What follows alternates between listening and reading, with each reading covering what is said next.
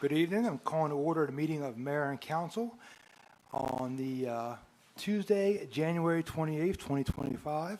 If you would all rise for the invocation.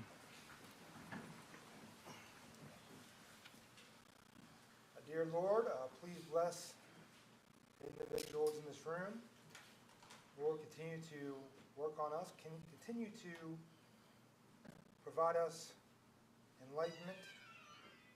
Lord, continue to provide us an opportunity to serve the people of this community. In Jesus' name we pray. Amen. Amen. If you remain standing for Pledge of Allegiance. I pledge Allegiance to the flag of the United States of America and to the republic for which it stands, one nation, under God, indivisible, with liberty and justice for all. You may be seated.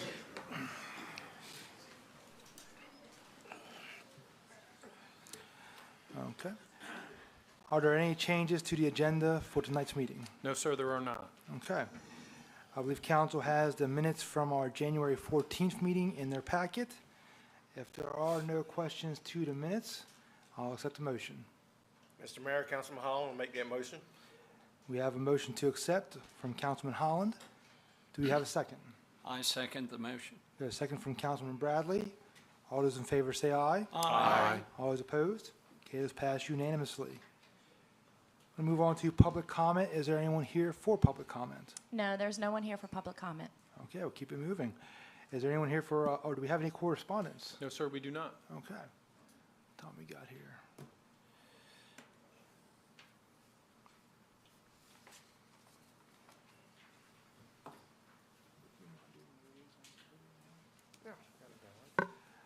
All right, just to preserve our time, I asked Councilman Holland if he wouldn't mind going ahead and doing his liaison report a little bit out of order. Thank you, Mr. Mayor. All right, meeting was held with Amazon Distribution concerning traffic, and they met with building official and public works regarding Bel Air sewer repairs, and it is prepping for server updates, and they are advertising for the building representative position and they attended various other meetings and events, and all the work is routine. And that concludes my report, Mr. Mayor. Thank you, Councilman Holland. We got some time to fill. Councilman Bradley, you think you can fill a couple minutes? Maybe an hour. No, I'm kidding. I'm Never a kidding. doubt. I'm doing the liaison report for the electric department. They finished changing lights in the Ross Business Park and Jay's Neck to LED. Took down Blade's Christmas lights, installed street lights in Bel Air. I'm sure the residents are pleased with the results. There was a power outage in Bel Air because of heavy load from the prolonged cold. Hung a new transformer in Westview to split the low voltage load.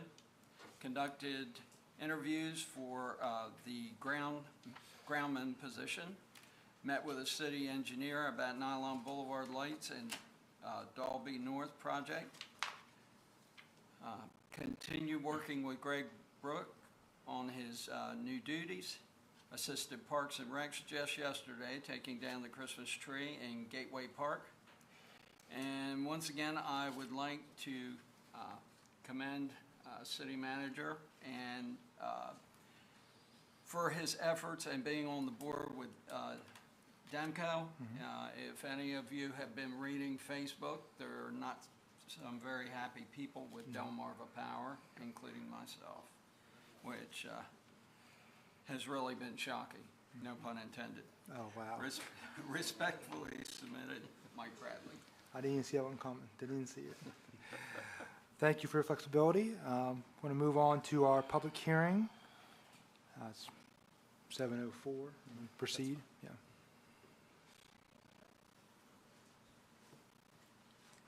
Good evening, Mayor, Council, City Manager. Good evening. Just one item for a public hearing this evening. That's for Terrence Doyle, property owner of a property on Sussex Highway, tax map and parcel 331-6.00-1.00. They're requesting a preliminary site plan review for the proposed development of a 20,275 square foot Aldi food market with associated parking and site improvements.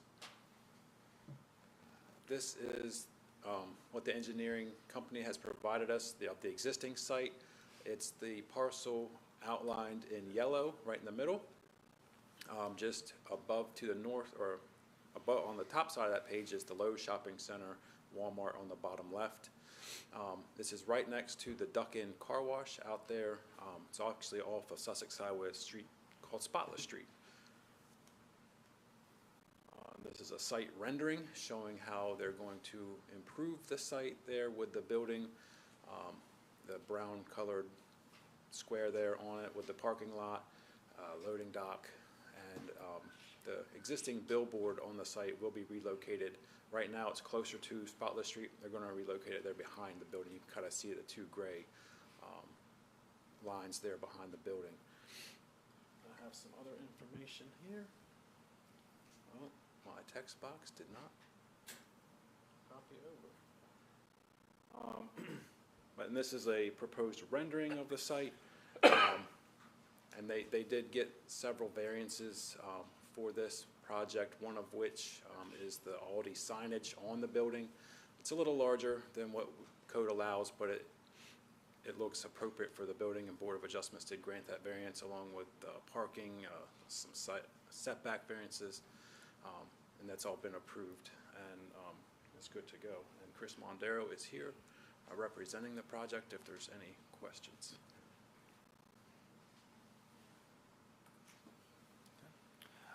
Are there any questions from council? Are there any questions from the public? Or comments? Okay.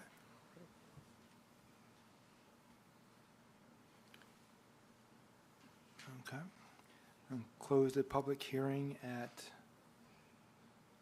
7:07.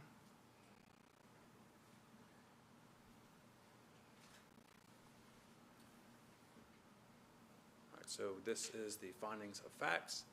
For tonight's public hearing, the project is the Aldi preliminary site plan. The owner is Terrence Doyle. Property is located on the corner of Sussex Highway and Spotless Street. Tax map and parcel numbers 331-6.00-1.00. Zoning is C2 Highway Commercial. It's a 20,275 square foot grocery store. And like I mentioned earlier, they did receive variances in November of 2024. To reduce the parking from 102 to 93, to relocate the shopping cart storage from a parking area to an area up next to the entrance door, which is typical for the Aldi business model.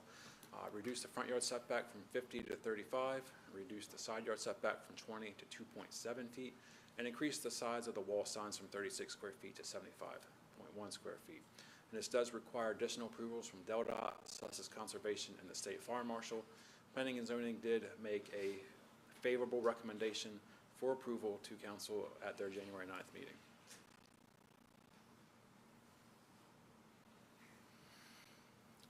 Okay. At this time, I will seek a motion. Councilman Quillen, I'd like to make the motion to approve the request of Terrence Doyle, property owner of Sussex Highway, tax map and parcel number 331-6.00-001.00 for a preliminary site plan approval for the proposed development of a 20,275 square foot Aldi food market with the associated parking site improvements as presented. Okay, we have a motion. Is there a second? I second the motion. All right, we have a second from Councilman Mike Bradley. Are there any questions on this motion? Okay, at this time, I'll ask for a roll call vote and go to Vice Mayor Dan Henderson. I vote yes, based on findings of facts. Okay. Councilwoman and Dr. Grassett. I vote yes, based on findings of facts. Okay. Councilman Holland. Yes, based on findings and facts. Councilman Bradley. Yes, based on findings of facts. Councilman Quillen. And yes, based on findings of facts. Okay, passes unanimously. Thank you very much. Thank you, Mike. Thank you. We're very much looking forward to it. Thank you. When's it going to be done? Oh, gosh. Good Good luck. Just for a little brief backstory, been working on this a long time. Glad to see it get here. Can't wait for you guys to get here, so Thank you. Thank you. Going to move on to new business number 1. Thank you, Mayor. Council has in their packets a draft lease document for the city-owned building located at 400 High Street. That is the building directly next door. It does house the offices of GMB Engineers, who's our city engineer.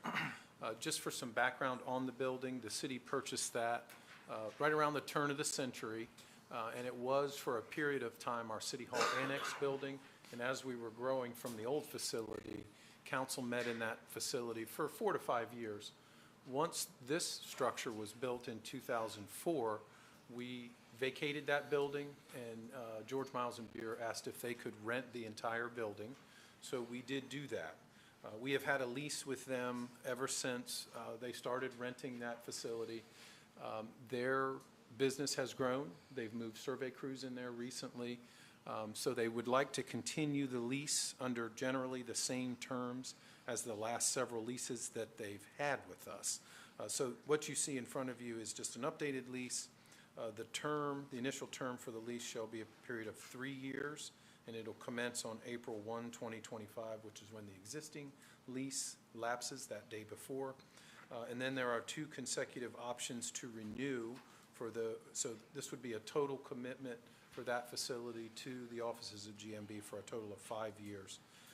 The price is laid out as well. It will start at just over $48,593 for year 1, and then if they renew both options that are outlined in the contract, it would end at $52,598 a year. None of the other language has changed from the original leases. This has been a good relationship for us, and obviously staff would recommend council consider renewal of the lease. And I will certainly try to answer any questions council might have. Are there any questions from the council on new business number 1? Okay. If there are no questions, I will set the motion.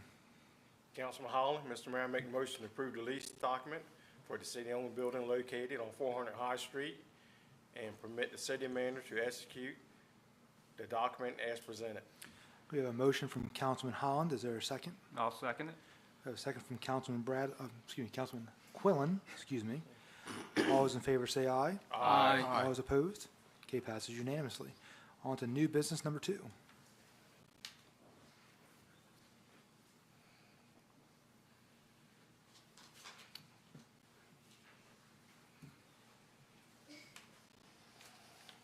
Hello again.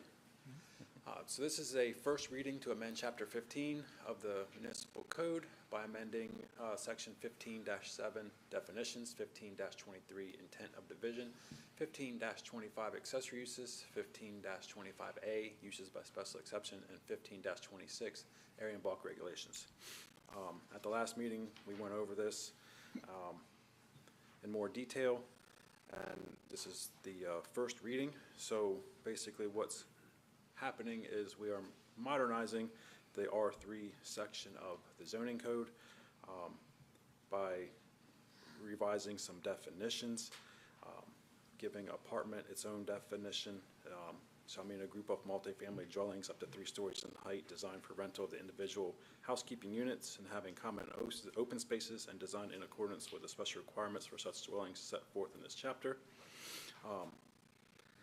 Modifying dwelling by putting shall mean a building or structure containing 2 or more dwelling units used or designed as a residence for 2 or more families living independently of each other and doing their own cooking therein, and shall include apartments, condominiums, and townhouses.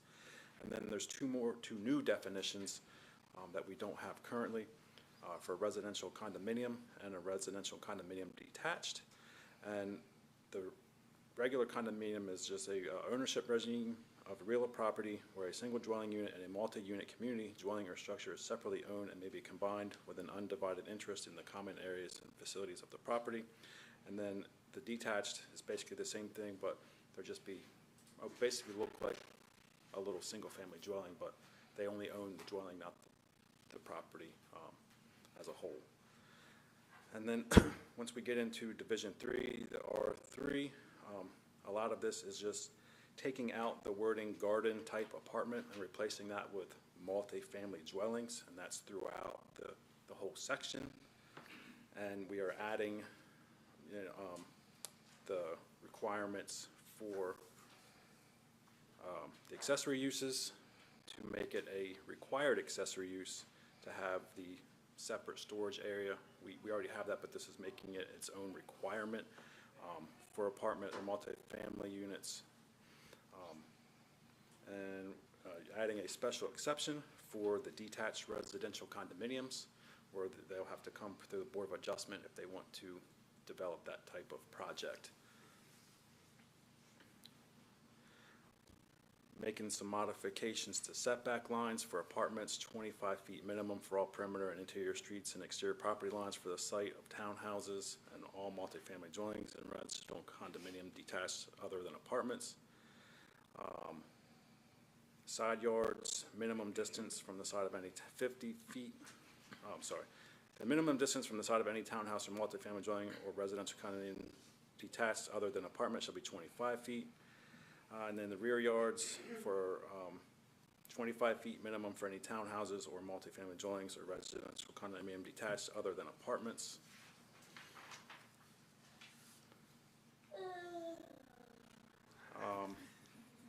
And that's pretty much the basis of it. The rest of it is just, like I said, getting rid of the garden apartments and replacing that with multifamily dwellings.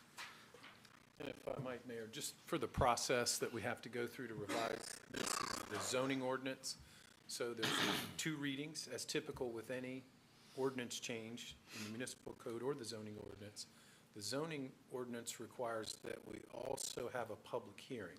So in working with the building official, the next available public hearing date that can be properly advertised would be February 25th, 2025. So about a month from now, and we would provide the public an opportunity to comment on the proposed changes to the zoning ordinance.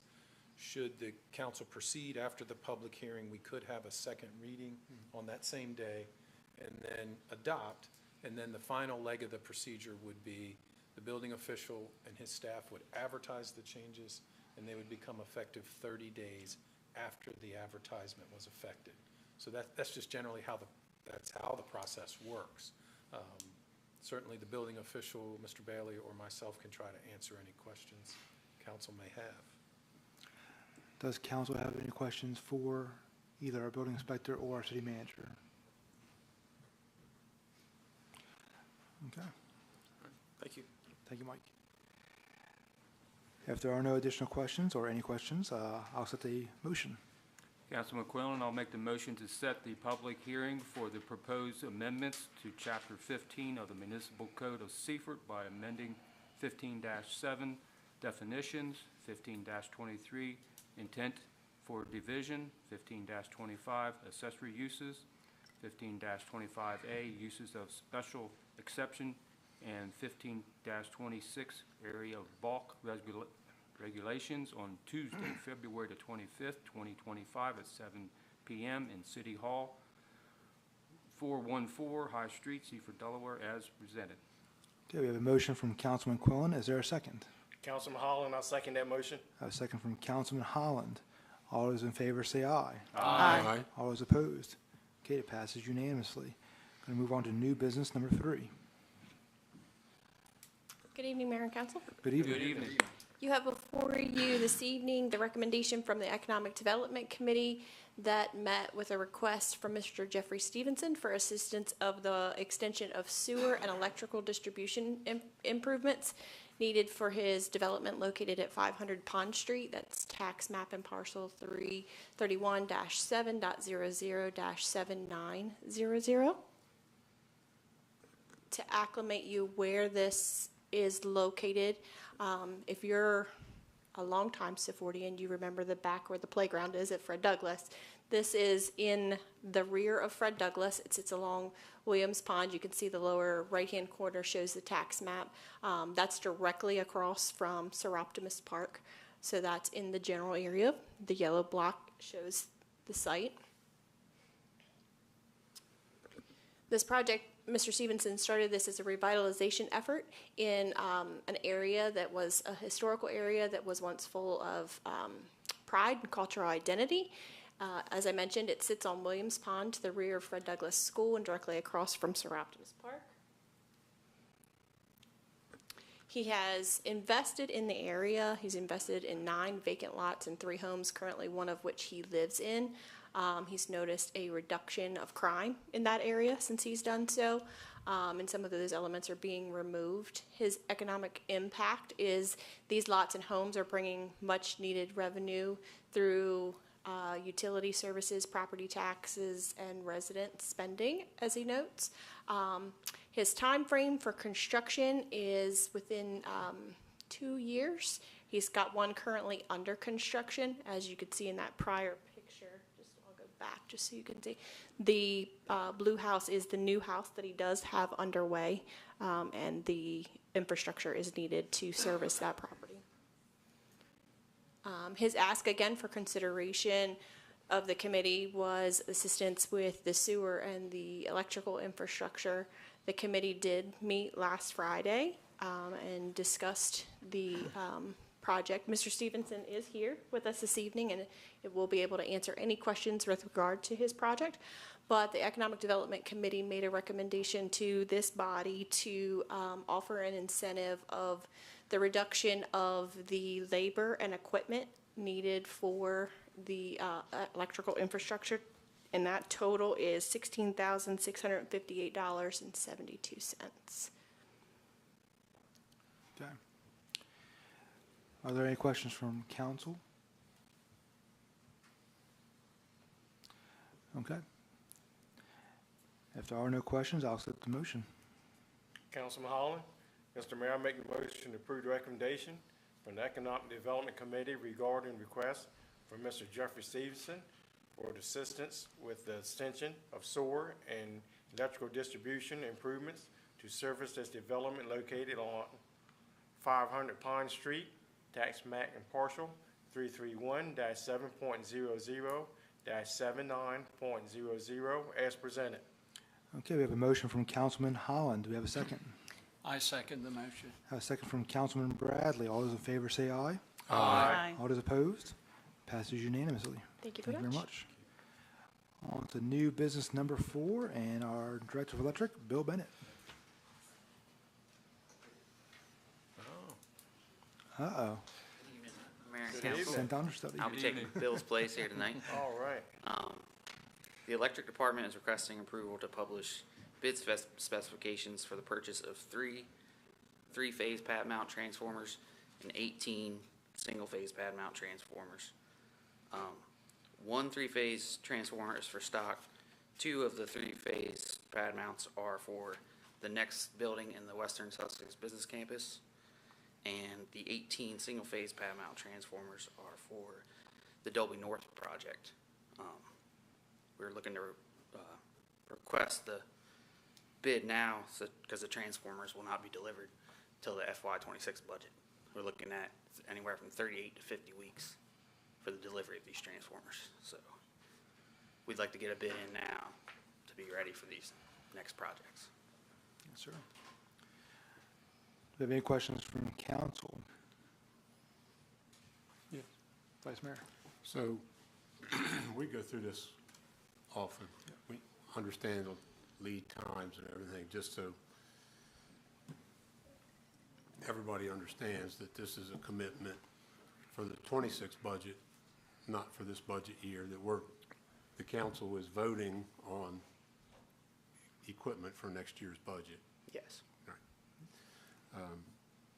It always kind of concerns me because this council may or may not be composed of the same individuals the next year, and we're encumbering ourselves to this commitment because we're making it now. However, I think it's prudent. I just want it out there that we're doing this at a risk. So Sure. That's just my only comment.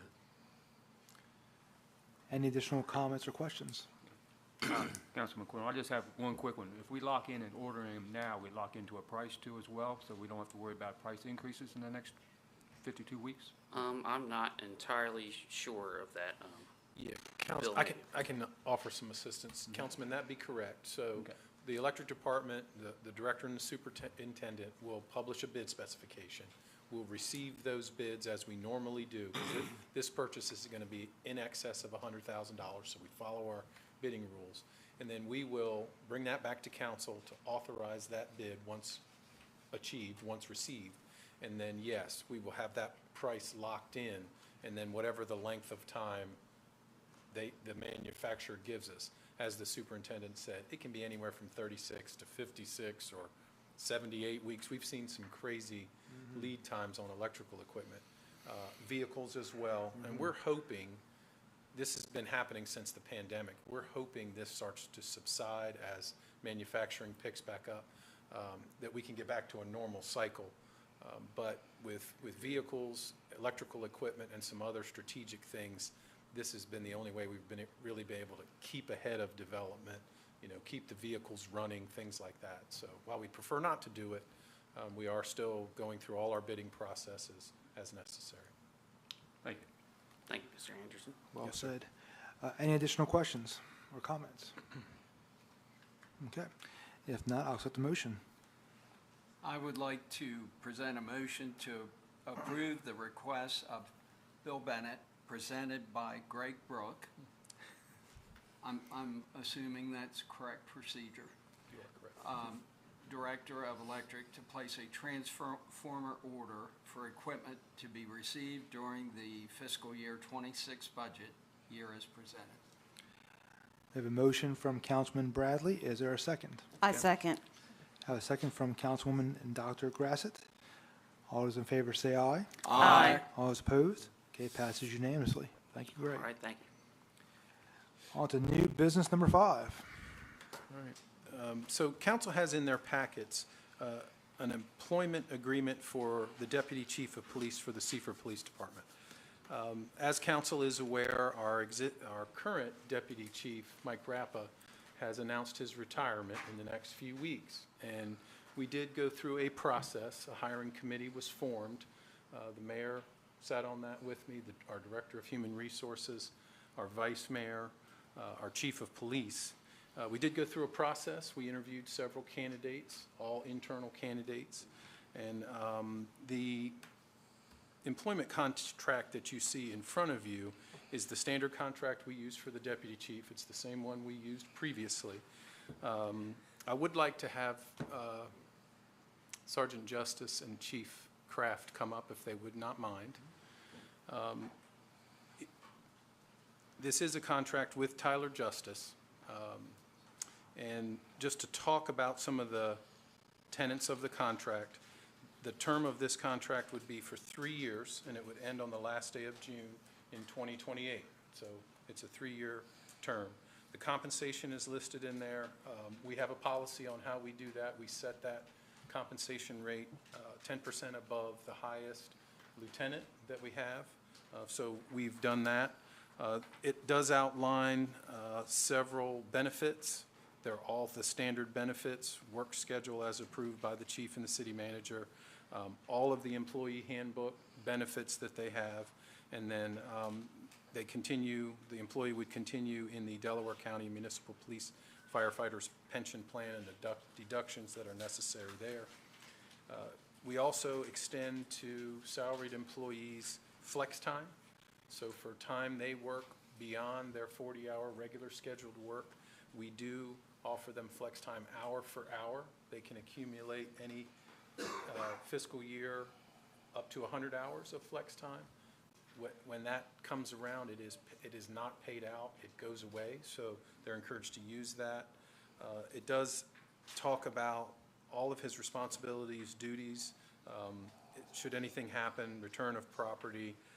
It's standard contract language, and certainly the chief or I can try to answer any questions related to the contract, should council have any. Okay. Are there any questions from council? Okay. If there are no questions, I will accept the motion. Mr. Mayor, I make a motion to approve the employment agreement for the Deputy Chief of Police, Tyler Justice, as presented. Okay, we have a motion from our Vice Mayor. Is there a second? Mr. Mayor, Councilman Holland, I second that motion. I have a second from Councilman Holland. All those in favor say aye. Aye. All those opposed? Okay, passes unanimously. Congratulations. Congratulations. Congratulations. Chief,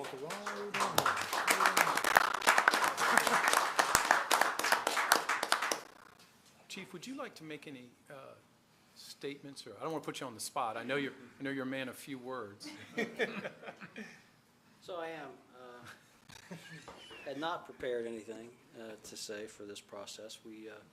I guess I made a statement that for a news release that'd go out here, I believe, shortly after this process. I would say that we had a competitive process with 4 very capable people within our organization that all did extremely well. And any one of them would have done a fantastic job in the role as deputy chief. The person that was the successful candidate has the vision to take our department forward into the future. And I believe that with the continuous training and with support and with our support of tonight's council, I believe that Tyler Justice will do a great job for our organization. So we thank you for your assistance. Sergeant Justice, would you like to say anything? Yeah, I'll say a few words. First off, I want to thank everyone up here for it. I can't tell you how honored I am to receive that confidence from you for this position. I know it's a big ask and a big hole, but I'm just excited to get to work. So, thank you. Thank you. Thank you. You said you would herd the cats.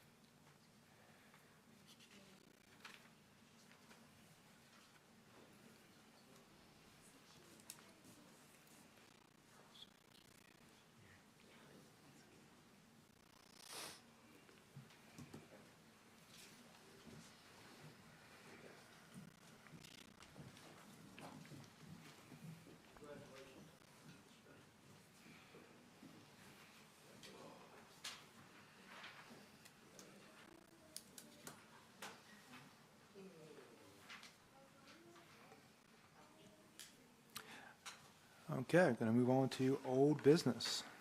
Okay. We brought back old business number 1 from the last meeting. And at the last meeting, there was a request from Insight Land Company LLC to sell lots 1 through 5 of Hooper's Landing, tax map and parcel 531 13.00-1.02, 1.03, 1.04, 1.05, and 1.06 to D.R. Horton, who has agreed to adhere to all the stipulations of the agreement of sale between the City of Seaford and Insight.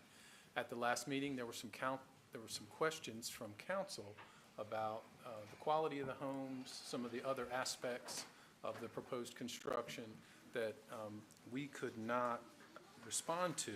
So we requested that they come back and make a presentation this evening.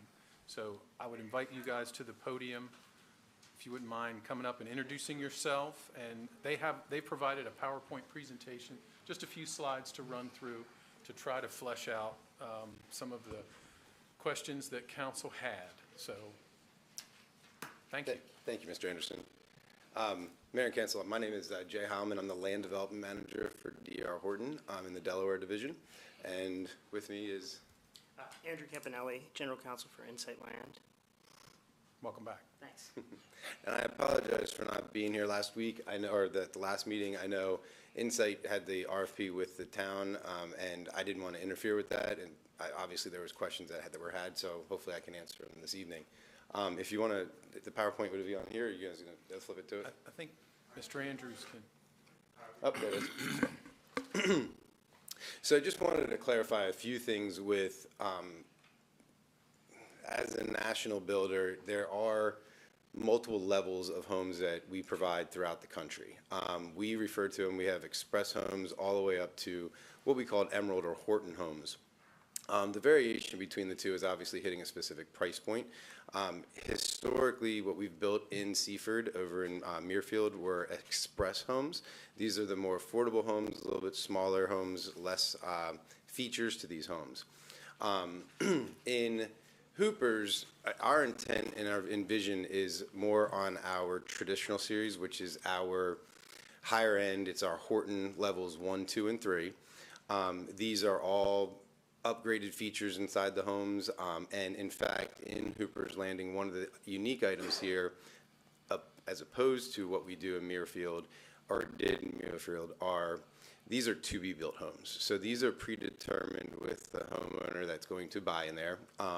They come in, they make selections of the homes, and the homes that we're offering, as you can see here, the Galveston, the Destin, the Wheaton, the Hanover and Ellerby, are all larger single-family homes, 5 to 3.5 bedrooms in most of them, ranging in the 2,000 square foot range. We also, in this series, have what we call a mediocrity rule, which means that it's the rule of 6. So no similar home, color pattern, elevation can be built diagonally from it, adjacent to it, or across the street from it. And we do this for the purpose of having nonconformity requirements in all of our communities that are Horton level or higher. So this will apply to the homes in Hooper's Landing.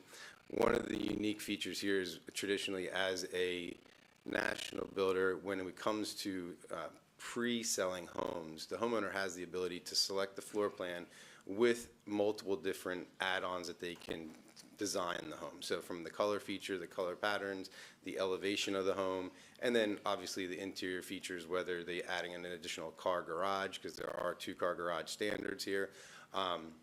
They can have a 3-car. And what you're seeing in this pamphlet is just a really snapshot of one of the Horton levels, so level 1, level 2, level 3. If I were to bring in the entire building package, is probably about 2,000 pages. So very vast a range of options for these homeowners. Same thing with the price point that we're building in here.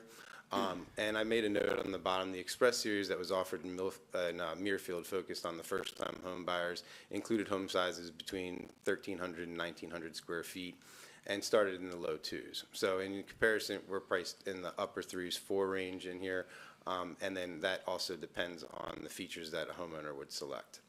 I'm happy to say that, obviously with pre-selling a home, it does become a little bit we have to be careful on how we do this because we also in our contracts have a closing date that we have to adhere to with the buyer. So as Insight is finishing the site work out there, we try to be leery as to when we sign a contract. We have, in fact, put up signage. We started marketing the property. We've had roughly 2 to 3 qualified leads come in every weekend. We have 3 qualified leads, and a qualified lead means they've already been pre-approved to make this price point. We have 3 coming in this weekend, and we already have 1 person that went under contract for a property for the Hanover in the community. This person is a Seaford resident currently. They are just upgrading to a nicer home to bring their family. It's a family of 4. We've had some great conversations with them. They're very excited to be moving to this location, and we're excited to start building in there. If you can go to the next slide. So the Hooper's Landing RFP minimum development standards, I mean, we checked off every box. For no further subdivision on the property, we agree. One single family home to be built per lot, that's all we're offering. Minimum square footage of each house shall be 1,800. All of them are bigger than that. A minimum of 1 single car attached garage is required. They all have a minimum 1 car. Some of them have an optional 3 car. Developer must start construction on the first 2 houses in 9 months. These are all being pre-sold. We're not going to be spec building out here, so it's going to be determined. But obviously, to hit this time frame, we do need to have all of them sold in order to start them. We're not necessarily going to go simultaneously down the row of 5. And obviously, the city can purchase them back. The other aspect, if you go to the next slide, please, were some of the new home specifications. These all meet and exceed the town code requirements for building a home. In terms of some of the aspects of what we're offering here, as you can see, these are traditionally for every single family home that you would see out there. And a lot of these features actually are above once they make their selections. And then the next couple pages are just images of the homes. Like I mentioned before, these are 3 of 15 different elevation options. We did add some of the features here, but this is, our Horton standard 1 feature. These are options here. If you jump to 2, 3, or higher, they obviously can get bigger with different elevation layouts, color schemes, shutters, windows, doors, so on and so forth.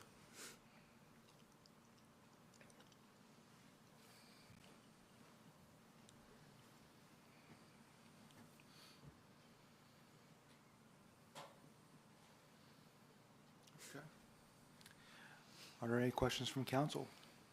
Councilman Quillen, how are you doing this evening? Great, sir. Thank you. Good. One thing that Councilman Henderson brought to attention at our last meeting was about energy efficiency. Doing some research with D.R. Horton through the internet and everything, I came up with you have a smart home.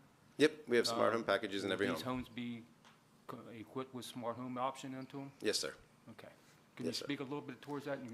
The smart home utilizes unique thermostats to help regulate the temperature of the house, has dampers in the HVAC system to keep the home regulated accordingly to a most efficient schedule, essentially. So it also has smart features which include the Ring doorbell, security systems. They're all interlinked to one computer system that people can control by their phone. Thank you. Yes, sir. Any additional questions from council? Vice Mayor. So the way this is written, what assurance do we have that you'll market these to the Tradition series and not to something else that a buyer might want, such as the Express series? Well, these are the only homes that we're offering here. We won't change it up because if we were to go to a Express style home, quite frankly, the financials don't work. So we need these homes to be at a certain price point in order to make it work. And this is also what we envision to be backing up to a golf course. It's definitely want to be a higher end product. That's my point. Exactly. 100%. Mm-hmm. I mean, we have a dozen homes that maybe more that back up to Hooper's Landing that enjoy a certain characteristic and style, Yes, absolutely. We've noted them, and that's what when we do our market research and our client research is what we're focusing on. Some of those homes that are down when you subdivided previously, those homes we're trying to mirror that quality of home. So, my sticking point is that, you know, the Economic Development Committee made a recommendation based on the RFP, which had certain criteria. And then it was taken to council, and the council, I believe, voted unanimously. I don't think there was a dissenting vote based on the recommendation and the RFP. So what we're doing here is just allowing Insight to transfer, but it's only per the stipulations that are in the bill of sale. Those items were left out. Okay, you want Right. to talk more on that? You're more skilled at that, because I would. What items are left out? Well, the energy efficiency, the Energy Star, the exceeds Energy Star ratings, the zero energy ready certification of the homes. It's just a matter of performance, really. So that was the basis of a decision, or not, one of the deciding factors in making the recommendation from the committee, which the council agreed to. But during, you know, that stipulation was not expressly written in the bill of sale, but it was implied. So my thing is that we need an equivalent home, and we need, you know, since that point got sort of obliterated, I'm of the mind that it needs to be memorialized that you're going to have a tradition-style home or greater on those lots, because you can't assure me that this home is going to perform as well or better than an Insight home.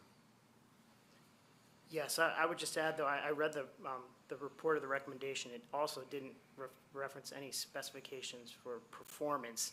It said it's selected Insight based upon, I think it said it looked less cookie cutter or something along those lines, and they had options. It didn't reference any specific energy or performance. No, but your proposal did. We showed you our product, yes. Our products, Your that is proposal our product. specifically stated that it was exceeded Energy Star and was zero energy ready. Sure, it did. So one thing I can chime in, our homes exceed Energy Star ratings. We just don't pay for the fancy sticker to go on the outside of the house. That's the only difference. So, and that's every home that Horton builds. As the largest builder in America, you know, 1 out of every 8 homes that are purchased in the United States are as a Horton home. So we take very seriously what we're putting into our homes. I mean, we have the low E windows, everything else that makes the home economical, but also, you know, energy efficient. So it's a lot of the Energy Star requirements are marketing material that they've used over the years to express that something's better. The town code is it's Energy Star rated code, and that's what we're building to. That's what has been designed here, and these homes are a higher end version of that. And if you want to memorialize something that we're going to offer just these homes, I'm happy to memorialize that too. Yeah, I will also add, the price point is the same as the Insight home. We came in between, I think in our RFP responses, between $350 and $450. They're right in between, and these are just both their starting points. So they're on par. Their selection process is the same as our selection process, essentially, in this community, what they're using. We'll get a homeowner, come in, contract with us, pick a lot, and then they'll go through the selection process. They'll select their elevations, their colors, their variations. It's the same essential process as you're handling as well. Correct. I will beg to differ with you that the City of Seaford code does not meet the Energy Star code. It meets basic minimum energy efficiency codes set by The model building. the model building code. I could regress my statement, but our plans meet Energy Star ratings. So. But I think we would, as reference, we would be willing to enter into some sort of amendment saying we will sell the tradition, or you'll sell the tradition series. Yeah. So if, just a question, if the motion were to reference that Tradition Series was what was approved, that would be acceptable to you, and then staff, our building official who's here, the permits he would issue would be stipulated on it being submitted and approved as a Tradition Series home? I would add in Horton level 1, 2 through 3, because when we submit the blueprints, it'll reference Horton 1, 2, and 3, which are in the series of homes. We start at Express, and then this is the top echelon of homes that we offer. Traditional Series is more of a marketing gimmick as opposed to what's going to be on your plans, what Horton calls a Horton Homes. Could you expand on 1, 2, and 3? 1, 2, and 3, there's different levels of interior options. So you're going to have, all the homes come granite base. There's some cabinet differences that you can do. There's some trim differences you can do. The elevations on the outside are all, they're selected by the homeowner. There's no variation in terms of 1, 2, and 3. There's different shutter colors. There's different roof structures, or roof colors. It's all color paletted, if you would. When you get into the 1, 2, and 3 interiorly, it does change some of the flooring options. Is really that's just. But I mean, these are all kind of upper echelon starting levels. We're envisioning this being, a second home. Not like a second home, meaning like a second home to come here visit, but they're moving up to this level of home. Are there any additional questions from council? Okay. If there are no additional questions or comments, I will accept the motion. Question. So does this level 1, 2, and 3 need to be in the motion, or is it something that you're going to do administratively? My suggestion, based on the feedback that I've received, they're willing to have it placed in the motion, and just reading through it, I would offer where it states agreed to adhere to all the stipulations of the agreement of sale and to provide a Horton level 1 through 3 product. Something like that.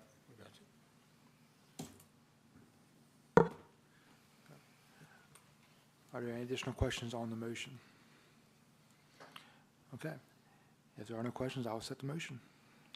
Councilman Cornell, I'll go and do the motion to approve the request from Insight Land Company LLC, Insight, to sell lots 1 through 5 of Hooper's Landing, TRM number 531-13.00-1.02, 1.03, 1.04, 1.05, and 1.06 to D.R. Horton, who agreed to adhere to all stipulations pertaining to D.R. Horton Homes 1, 2, and 3, and of the agreement of the sale between the City of Seaford and Insight as presented.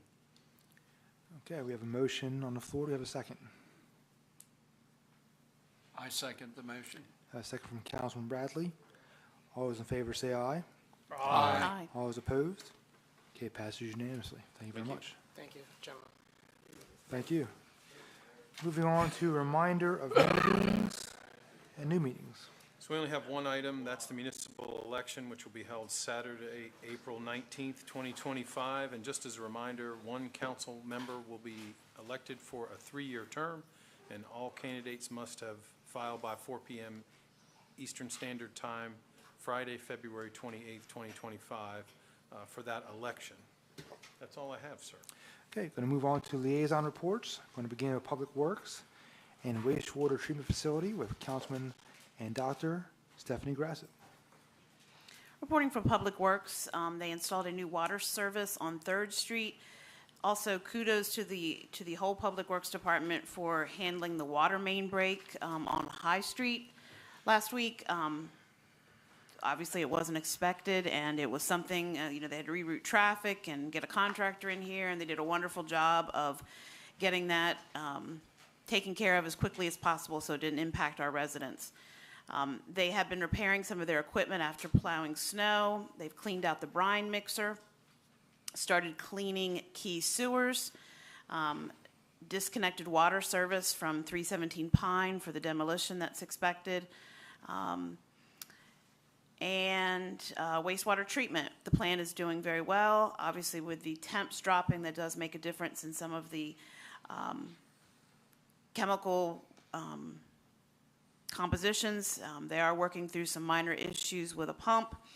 Dewatering is going well. Polymer dosages have been elevated.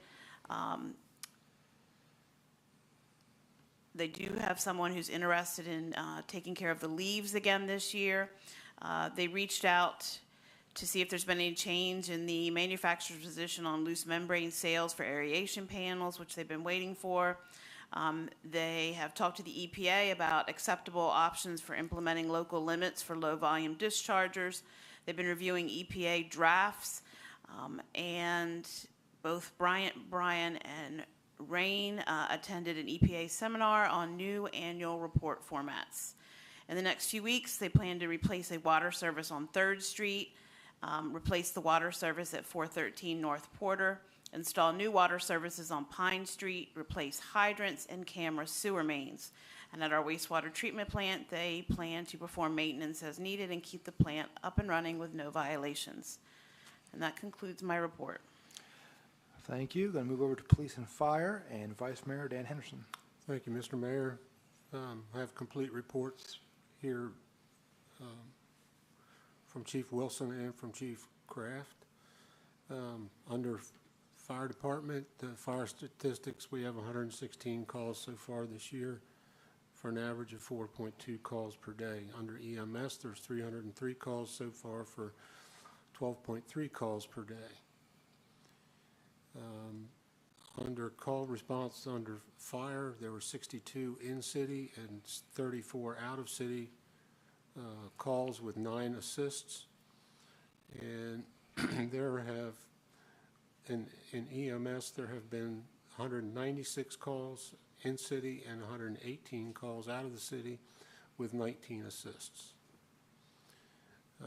Significant incidents in the fire department include an assist with Station 71 on 11025 for a cooking fire. On the 14th, on McKean Street for a chimney fire. On the 17th, on Cottage Circle Road, a working residential fire. That was an assist with Laurel. And again, on the 21st, there was an assist for Laurel for a working residential fire on 6th Street. And then there was another cooking fire on the 26th of January in the city on North Pine Street. Under apparatus status, all apparatus are in service. Command 87-8 vehicle damage from the January 1 accident has been repaired. The Chief 8715 Tahoe is due to be repaired on February 3rd. The last training was on January 15th.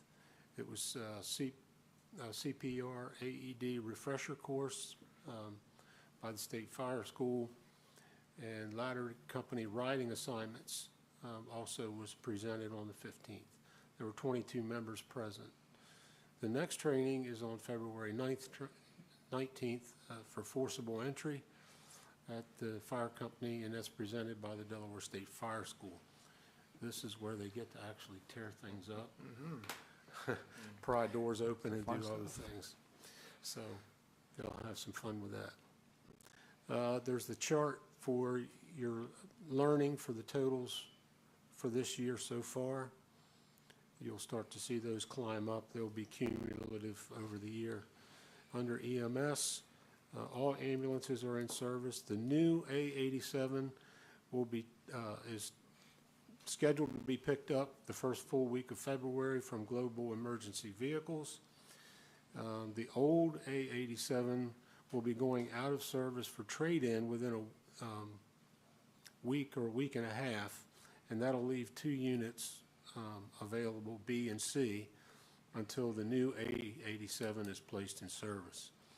3 new hires have started on shifts and working through the FTO processes. And so far, there's been two community events with 39 personnel participating for 62 and a half hours. A reminder, the Seaford Volunteer Fire Department's annual banquet is on Saturday, this coming Saturday, February 1st. Come early so you can get some oysters. I hope the oysters. I might be speaking out of turn. They have them every year, but I'm hopeful they have them this year. Moving on to Seaford PD, you'll see the columns for 2025, and the cumulative totals for since 2021, and you'll see those numbers populated on the 2025 column during the year. Under all crimes, there's 233, with the numbers felony, misdemeanor violations, civil and other, enumerated for an 86% clearance rate, which is above average, but running right about at the department average. There were under additional crime data, there were 24 complaints for a 54% clearance rate from the previous report. You'll see that's climbed up a bit. Some of those have been cleared off with arrests or cleared off in other ways. Drug crimes, there were 8 drug crimes with 6 adult arrests and 2 prosecutions declined, and 2 search warrants associated with the drugs. 396 traffic contacts, resulting in 108 citations and 23 warnings. 44 crashes during this period, 2 DUI,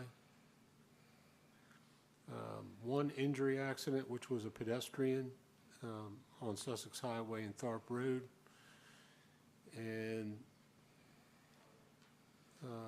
4 hit and runs, 4 hit and run accidents, 2 on private property, and 1 on 3rd and Arch Street, and 1 on Sussex Highway and Tharp Road. Now, to expand on the hit and run that was on Sussex Highway and Tharp Road, you'll notice that the pedestrian accident was on Sussex Highway and Tharp Road. Those are one and the same accident. So the pedestrian that got injured was subject to a hit and run accident. An update for you,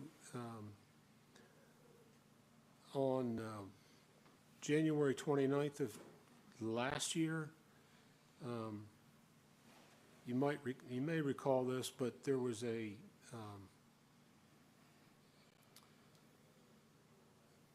arrest for a marijuana grow lab, and that has resulted in a continuance of the investigation, and on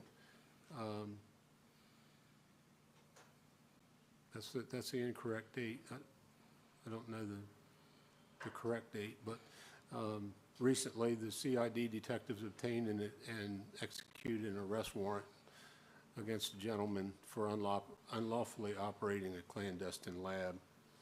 The defendant was released on an unsecured bond. There's a few other significant incidents here that I'll pass along. I'll let you read, but I will point out on the 11th of January, there was an instance of a forgery being investigated for a counterfeit $50 bill, and they've got photos of the suspect and the vehicle. they've been uploaded, and the chief thought that they might be able to make an arrest on this at some point, so.